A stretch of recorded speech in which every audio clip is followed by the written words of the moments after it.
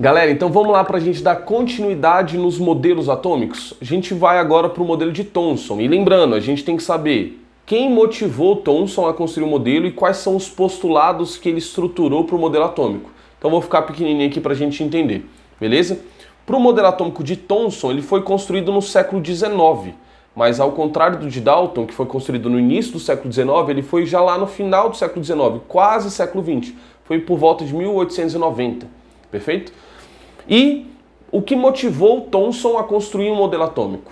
Foi basicamente a natureza elétrica da matéria. Essa natureza elétrica da matéria não era suficiente o modelo de Dalton para explicar. Então Thomson construiu um novo modelo para explicar essa natureza elétrica da matéria. Já existia há muito tempo atrás aqueles experimentos da galera esfregando alguma coisa no cabelo e aproximando papel, eletrização por atrito, esses experimentos que eram feitos. E Dalton não conseguia explicar como é que um átomo vai atrair outro átomo, como é que eu atrito uma caneta no cabelo e simplesmente aproximo o papel e esse papel é atraído. Então Thomson veio para tentar explicar o que estava acontecendo que Dalton não conseguia explicar. Então é um complemento ao modelo de Dalton. E vamos ver aqui, ó. Teve um cara chamado Crookes, esse cara que foi fundamental para a construção do modelo de Thomson, porque ele criou uma ampola e nessa ampola, quando ele colocava aqui uma bomba de vácuo, então ele deixava um ar aqui rarefeito. O que é um ar rarefeito? É um ar com pouca quantidade de moléculas, né? Tem pouca matéria gasosa ali. E aí colocou dois eletrodos, um eletrodo que aqui era um eletrodo negativo e um eletrodo aqui positivo. E ele via que nesse eletrodo negativo, que era o cátodo, era transferido um certo feixe luminoso até o ânodo.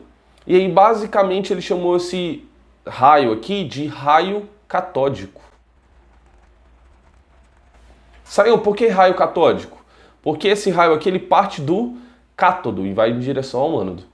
A partir disso, Thomson começou a fazer alguns experimentos. O primeiro experimento que ele fez foi o quê? Colocar uma ventoinha aqui, ó. Ele colocou essa ventoinha e é basicamente uma hélice, né? Pode ser de um ventilador e tal, mas pequenininha.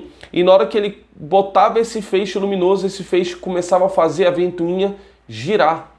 E como a ventoinha girava, isso provava que esse raio luminoso, esse raio catódico, possuía massa. Perfeito. Depois ele fez o quê? Botou aqui uma cruz dentro desse tubo aqui e de repente esse raio começou a criar uma sombra.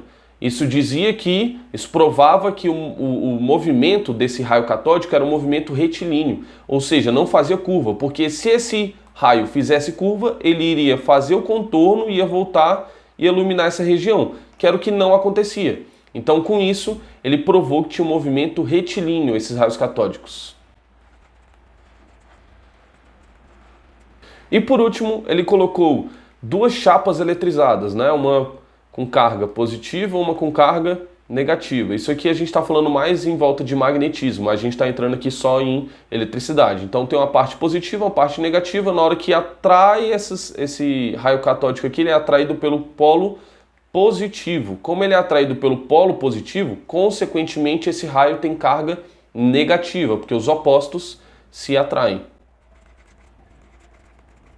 Então, perfeito, ele concluiu essas três coisas. O raio catódico possuía massa, tinha uma propagação, um movimento retilíneo e tinha carga negativa. E ele tirava bastante ar ali de dentro. Então, tinha alguns átomos ali e, basicamente, o que criava esse raio eram os átomos que estavam ali contidos. E, basicamente, ele pensou o seguinte: eu tenho uma outra partícula dentro do átomo. O átomo não é uma esfera, não é uma bola de bilhar, é uma esfera, mas não é uma bola de bilhar maciça, indivisível, indestrutível. Essa esfera, na verdade, ela é divisível sim. Ela é composta por elétrons. E com isso tem-se a descoberta da primeira partícula subatômica, que seria, no caso, o elétron. Esse elétron, ele estava ali, tem uma esfera maciça, positiva, carregada, né, positivamente, e eu tenho elétrons distribuídos de maneira uniforme nessa esfera. Então, se a gente for desenhar aqui, seria como se fosse uma esfera, ela está toda positiva e eu tenho várias carguinhas negativas aqui, ó, incrustadas nessa esfera positiva. E aí com isso o modelo foi apelidado de modelo de pudim de passas, porque é como se fosse um panetone. Eu tenho lá aquele panetone, aquele pedaço de pão, né, com frutas cristalizadas ali. Então, ele falava isso, e uma coisa importante, tem carga positiva e carga negativa, só que se o átomo estiver no estado fundamental, o somatório da minha carga positiva tem que ser igual ao somatório da minha carga negativa.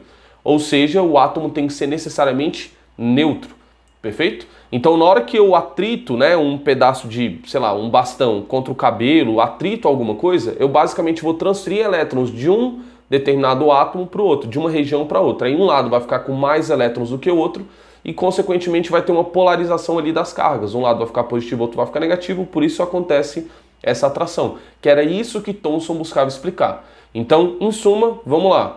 O que motivou o modelo de Thomson? Foi natureza elétrica da matéria, basicamente eletricidade.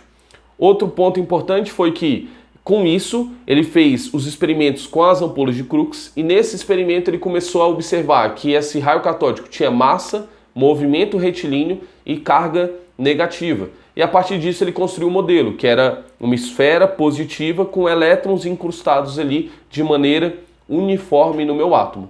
Perfeito? Coisa extremamente importante. Antes, Dalton, o átomo era maciço, indivisível e indestrutível. Para Thomson, agora, o átomo não é mais indivisível. O átomo agora é divisível. Isso é uma grande diferença de um modelo do Dalton para o modelo do Thomson. Perfeito? Galera, então foi isso para a nossa aula de hoje. Um beijo, um cheiro.